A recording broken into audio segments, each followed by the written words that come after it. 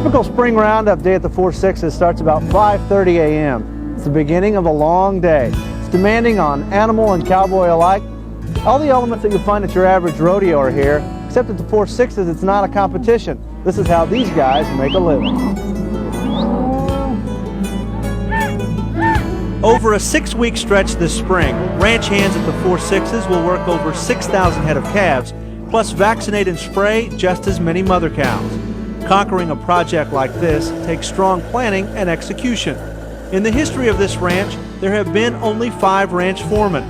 Right now the job belongs to Mike Gibson, who took over the reins from his father JJ in 1991. Mike admits there is no off-season here, but spring roundup time is truly a test for the ranch cowboy. I don't know if it's most grueling or not. When we wean the calves, it's summertime, it's a lot hotter. But I guess it's the most physical time of year, more like football season.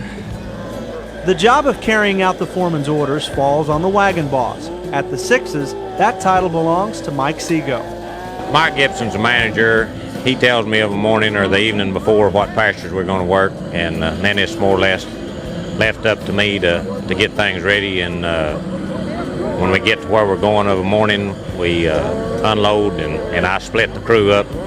And then it's kind of my responsibility to work the cattle and stuff after that.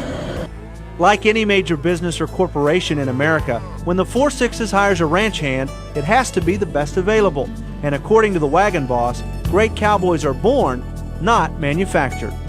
Well, the quality, anybody that grows up doing this has got a little more instinct about what to do and where to get.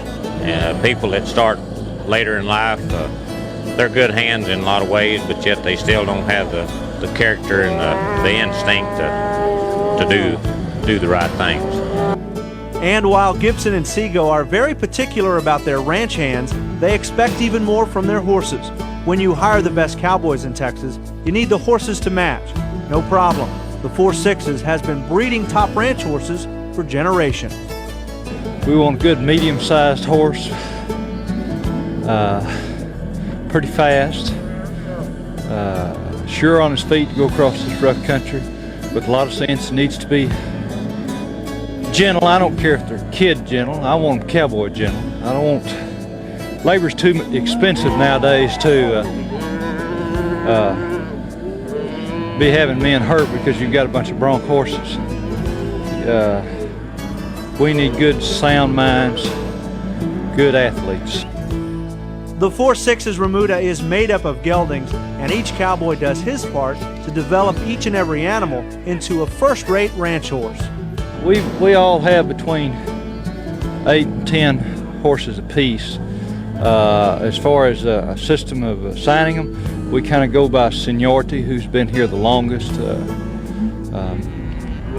I get first pick in the broncs, Mike Seago, the wagon boss, second, and then we go right straight down the list who's been here the longest.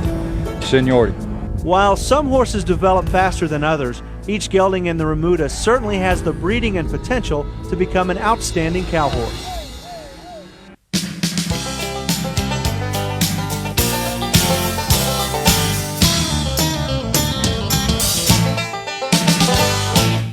After a tough morning of calf mugging, branding, and vaccinating, each cowboy looks forward to the chuck wagon. Joel Props is the longtime camp cook at the 6's. He builds his breakfast fire at 3 a.m., serves breakfast around 6, lunch at noon, and has supper on the table by 6:30 that evening. He makes a mean cinnamon roll, and every meal he puts on the table would make the frugal gourmet smile. The only worry he has in the world is stretching the meal dollar to its fullest. Budget. Everything all's down, so everything now is more budget conscious than ever before. But really, it doesn't affect us much because my people are meat, beans, potato people.